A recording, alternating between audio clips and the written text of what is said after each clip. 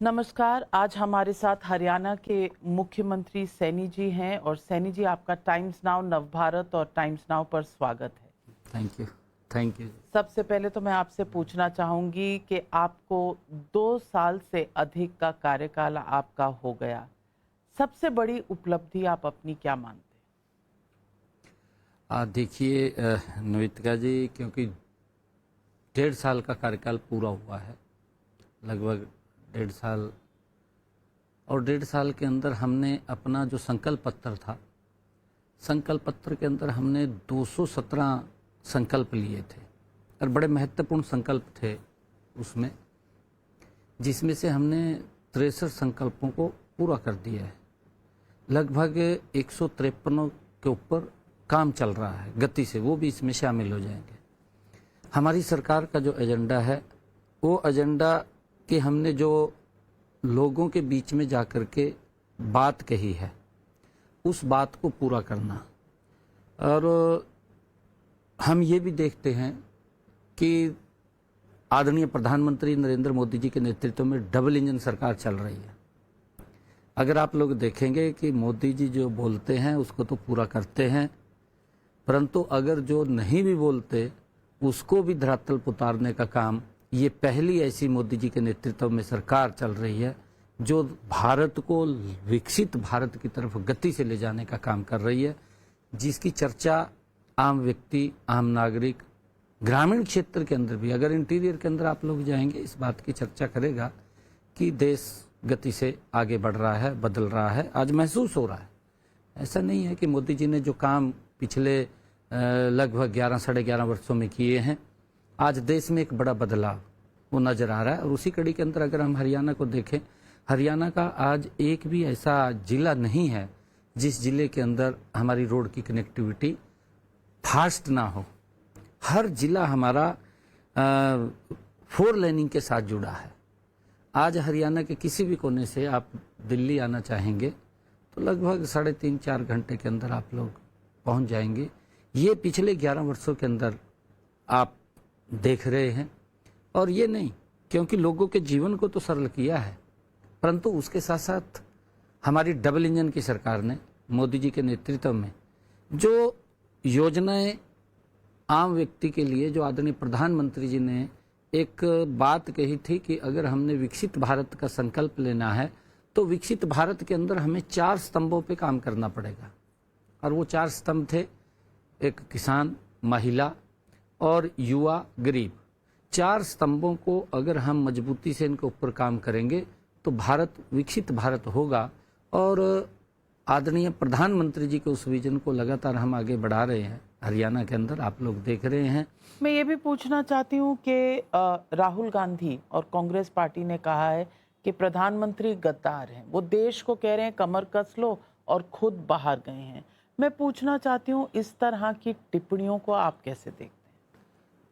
देखिए नवेतिका जी, मैं ये कहना चाह रहा हूँ आपको कि मैंने पिछले दिनों भी इस बात का जिक्र किया है, मैं लगातार इस बात का जिक्र करता रहता हूँ, क्योंकि आदरणीय प्रधानमंत्री जी ने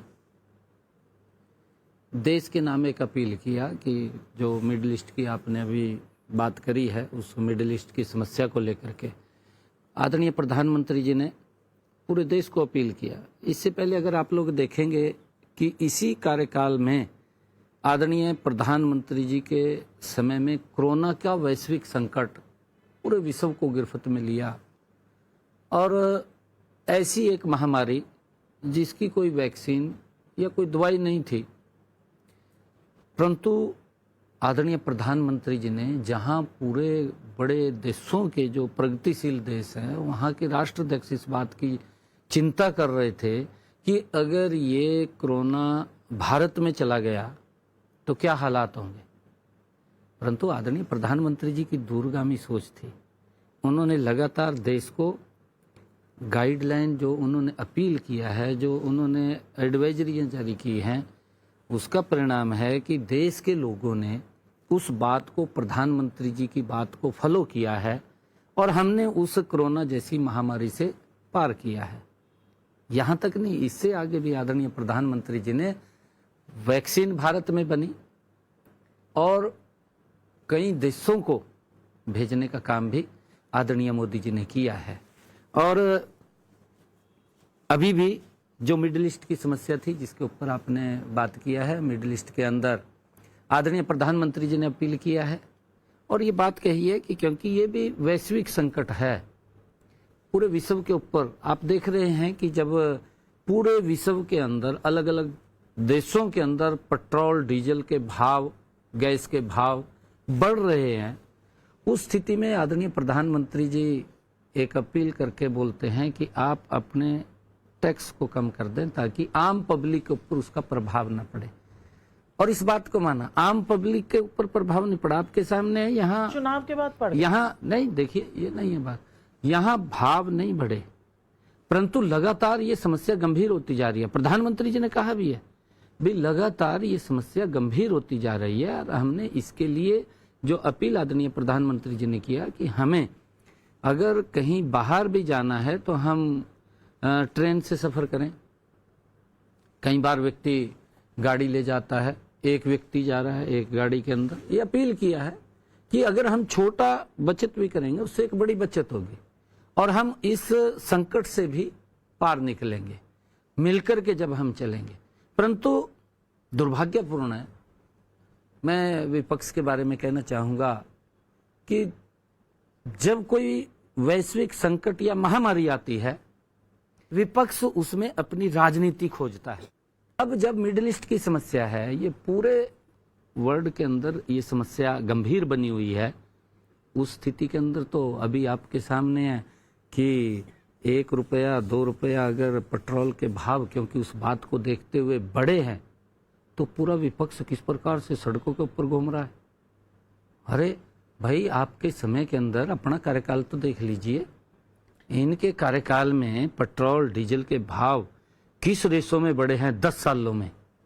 और 10 सालों में मोदी जी के इस कार्यकाल का अगर कंपैरिजन करेंगे, मेरे ख्याल से कांग्रेस के समय में इंडी गठबंधन जो इनका था उसके समय में इस कंपैरिजन में 6 गुना ज्यादा भाव पेट्रोल डीजल के बड़े होंगे। मुझे ऐसा, ये तो हुई विपक्ष की बात। चुनाव आप सारे जीत जाते हैं।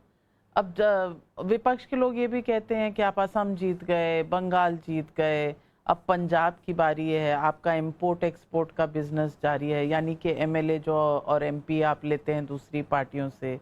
आपके यहाँ भी क्रॉस वोटिंग हुई राज्यसभा चुनाव में, कांग्रेस ने सस्पेंड भी कर दिया। ये चुनाव मैनिपुलेशन का चार्ज है, इसे आप कैसे देखते हैं? नहीं, ऐसा नहीं है।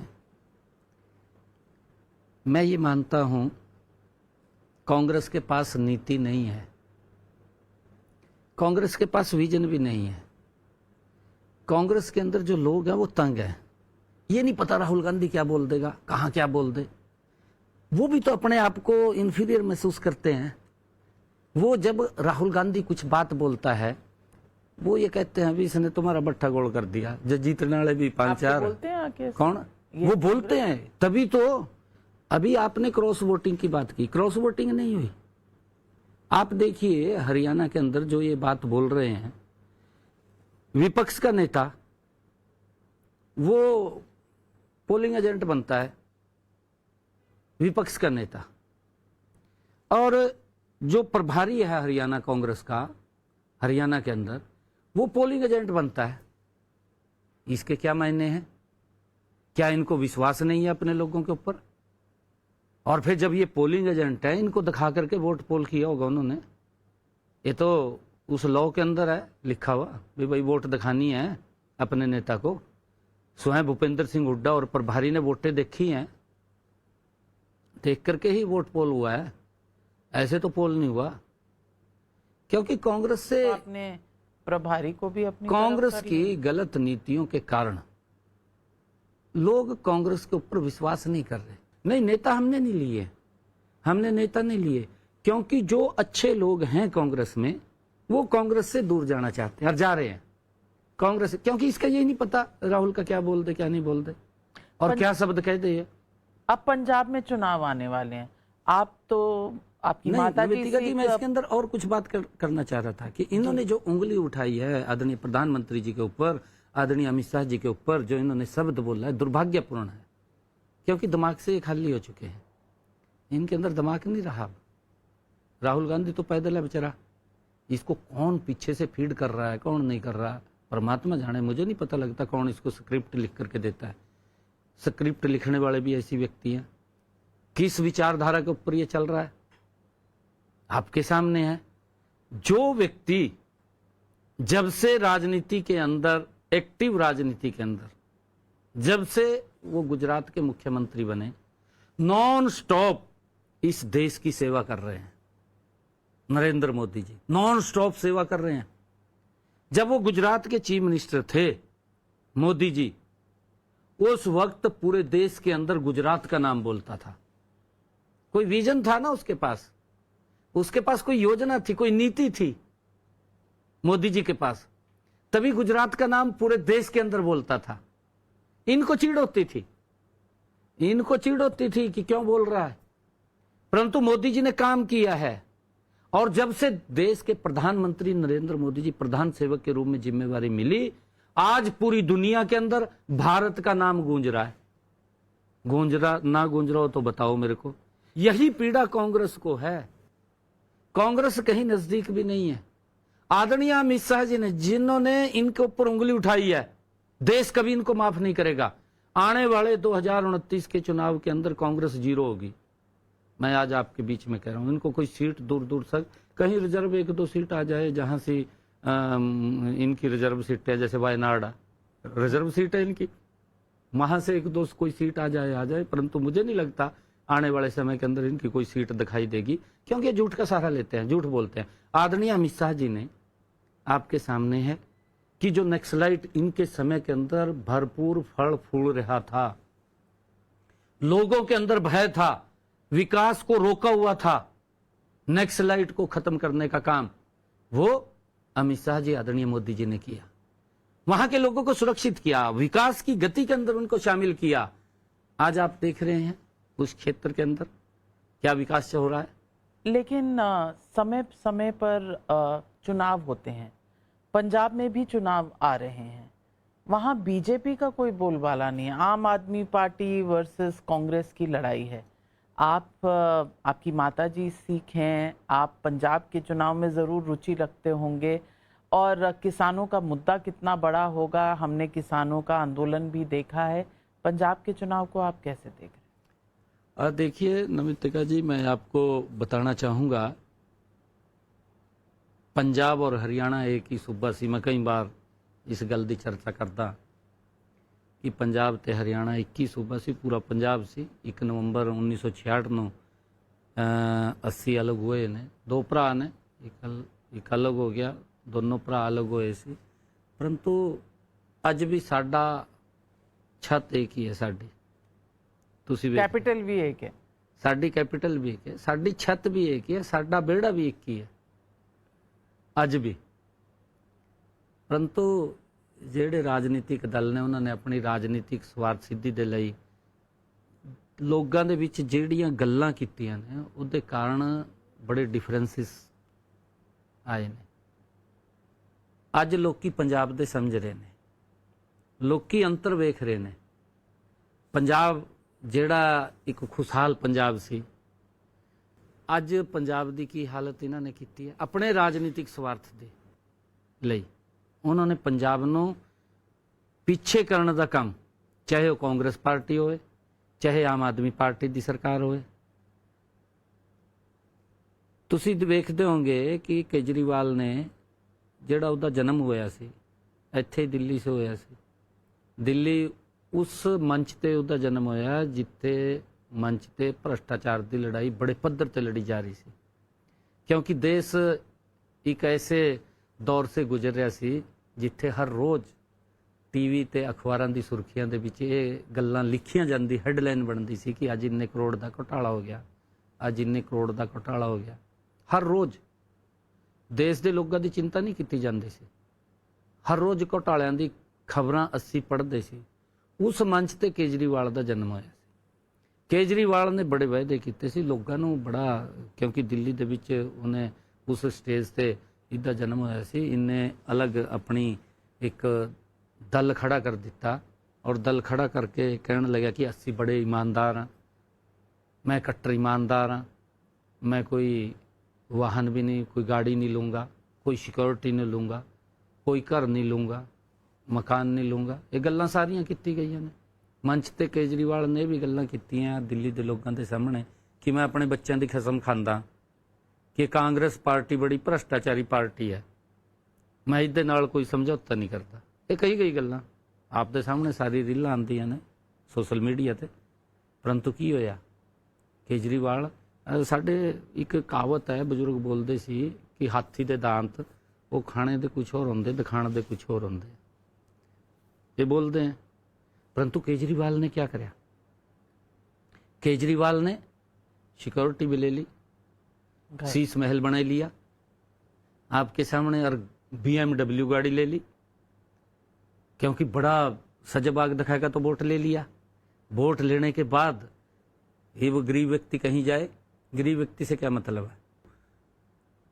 पंजाब के अंदर तो आज जो लोग की वहाँ चर्चा करते हैं कि अगर किसी ऑफिस के विच काम कराने जाए तो बिना पैसे के कम नहीं होता है, इन्ना भ्रष्टाचार है। अज वहाँ का इंडस्ट्री लिस्ट दूसरे प्रदेशों को भज रहा छड़ छड़ के, जिहड़ा साडा पंजाब, इन्होंने तो गल की सी कि असी रंगला पंजाब बनावांगे, इन्होंने 5 सालों के विच कंगला पंजाब बना दिता। बड़ा लुट इन्हां दी चल रही है पंजाब दे विच। इन्होंने ये गल की सी कि असी युवाओं नूं रोजगार देवांगे, मंचा ते गल की सी। साडी सरकार ने जिहड़ा वायदा किया सी युवाओं के नाल, क्योंकि मैंने 25,000 बच्चों के रिजल्ट तैयार सी जदों कोड ऑफ कंडक्ट लग्या, मेरे पास यूथ भी इकट्ठा होकर के आया। उन्होंने मेरे को कहने लगे कि मुख्यमंत्री जी आप काहे रिजल्ट निकाल दो, हवा ऐसे चल रही है कि कांग्रेस की सरकार आएगी। मेरे को कहने लगे, चल भी रही थी हवा, क्योंकि चर्चा पूरी कांग्रेस ने गर्म की हुई थी कि कांग्रेस हैगी हरियाणा में। दरअसल पे तो कुछ था नहीं इनका, क्योंकि तो खाली या तो सोशल मीडिया से प्रचार करते हैं या ट्वीट से करते हैं। कई लोग घर में बैठ कर ट्वीट ही करते हैं बेचारे, वो तो देखा, उनको ये भी नहीं पता होता तथ्य क्या है, तथ्य का भी नहीं पता होता, बस ट्वीट कर देंगे एकदम। जब पता चलेगा भी हाँ ट्वीट करना, एकदम ट्वीट हो जाएगा। और फिर इनके कुछ इर्द गिर्द घूमने वाले लोग हैं, वो उस ट्वीट को रीट्वीट करते रहेंगे, उसमें गमनते रहेंगे। ये राजनीति कांग्रेस की है। कांग्रेस के पास ना विजन है, ना नीति है, ना नीयत है, ना नेतृत्व है। नेतृत्व भी खाली है, पैदल है, दिमाग से भी खाली है और पैरों से भी पैदल है। विजन नहीं है कांग्रेस के पास। और कांग्रेस और आम आदमी पार्टी, ये दोनों एक ही थैली के चट्टे बट्टे हैं। आम आदमी, जो व्यक्ति मंचा से खड़े होकर के बोलता था कि कांग्रेस इतनी भ्रष्टाचारी पार्टी है, आने वाली मेरे पीढ़ियां भी इससे समझौता नहीं करेंगे, इससे दूर रहेंगे, बच्चों की कसम खाई थी। मैं तो हैरान तब हुआ भी एक व्यक्ति इतने कर रहा है कि कस्में खा रहा है, एक व्यक्ति बच्चों की कस्में खा रहा है, परिवार की कसम खा रहा है। और मेरे जहां से मैं चुनाव लड़ रहा था लोकसभा का कुरुक्षेत्र से, कांग्रेस के साथ समझौता करके मेरे खिलाफ आम आदमी ने प्रत्याशी तार दिया, कांग्रेस ने तारा नहीं, मेरे खिलाफ मेंबर पार्लियामेंट में। तो कैसे कहें भी इनका समझौता नहीं है? ये एक दूसरे को तो गाली देते हैं, परंतु इनका कंपटीशन किसी और में नहीं है। वेदिका जी, मैं बताना चाहूंगा, इनका कंपटीशन विकास में नहीं है, इनका कंपटीशन भ्रष्टाचार में है। पंजाब के लोगों ने कांग्रेस को बाहर किया था क्योंकि उन्होंने झूठे वादे किए और भ्रष्टाचार को बढ़ावा दिया, बाहर कर दिया। ये भी केजरीवाल जाकर वहां से मंचा पकड़ने लगे, मैं ईमानदार हूं, कट्टर ईमानदार हूं। ये बड़े लोग हैं ना जी, बड़े हमारे हरियाणा पंजाब, क्योंकि एक ही नेचर है सबकी, एक ही नेचर है, तो बात में आ जाते हैं भी हाँ ये व्यक्ति है भाई, ये शायद कुछ सुधार करेगा, भी कुछ सुधार करेगा। लोगों ने विश्वास किया, पर उनको क्या पता था कि ये नशा भी इतना फैला देगा कि हमारा युवा पंजाब के अंदर नशे की गर्त में चला जाएगा, रोजगार नहीं मिलेगा युवाओं को। और ये क्या पता था भी इतना भ्रष्टाचार हो जाएगा। ये क्या पता था पंजाब को कि लॉ एंड ऑर्डर की व्यवस्था इतनी बिगड़ जाएगी कि वो सुधार भी नहीं होगा। किस प्रकार से लॉ एंड ऑर्डर की वहाँ महिलाएं सुरक्षित नहीं हैं, हर रोज कहीं ना कहीं बड़े कांड हो रहे हैं। आपके सामने है पंजाब के अंदर लॉ एंड ऑर्डर की व्यवस्था क्या है। और इन्होंने जो बातें कही थी पंजाब के लोगों के साथ वायदे किए थे, एक भी वायदा पूरा नहीं किया। कैसे इनको वोट दे देंगे? ये तो दोनों उसमें लगे हुए हैं जी। कांग्रेस ने जो भ्रष्टाचार किया उससे ज्यादा भ्रष्टाचार आम आदमी पार्टी पंजाब में कर रही है। लोग अब समझ चुके हैं पंजाब के, अब नरेंद्र मोदी जी के नेतृत्व में कमल का फूल खिलाने के लिए तैयार हैं। अब पंजाब के लोगों को ये बिल्कुल दिख गया कि मोदी जी के नेतृत्व में ही पंजाब आगे बढ़ सकता है।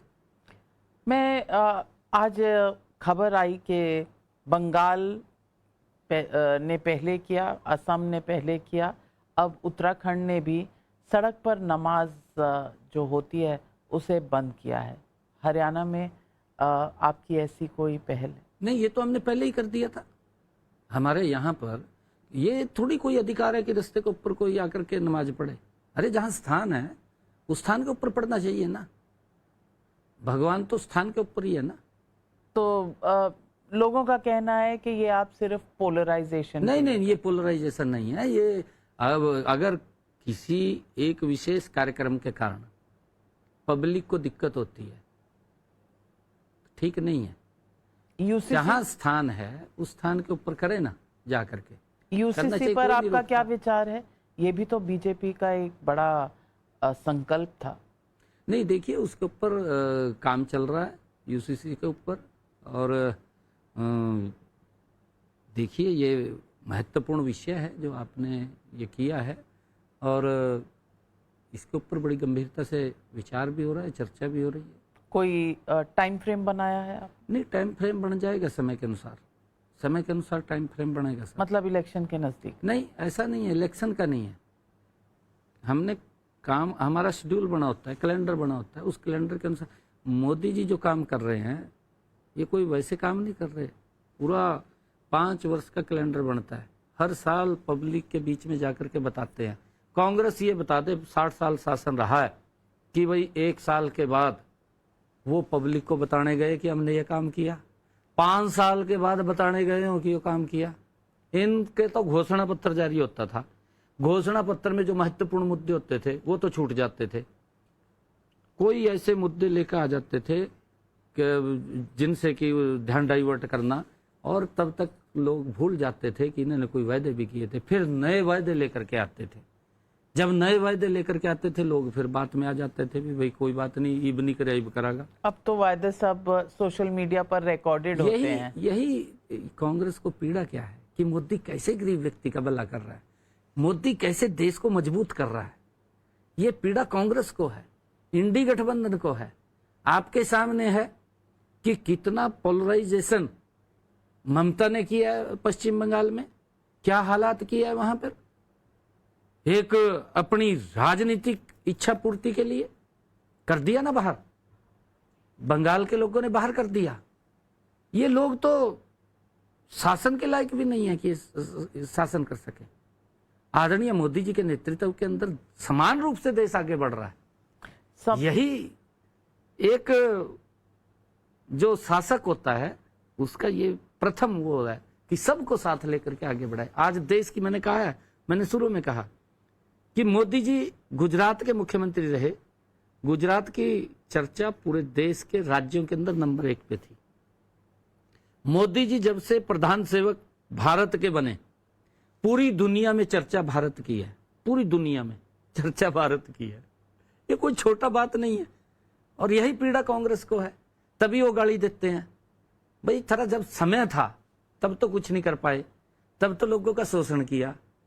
अब अगर मोदी को गाली दे करके आपका पेट भरता हो या झूठ बोल करके, ये लंबा नहीं चलता, लंबा नहीं चलता है, बहुत शॉर्ट होता है।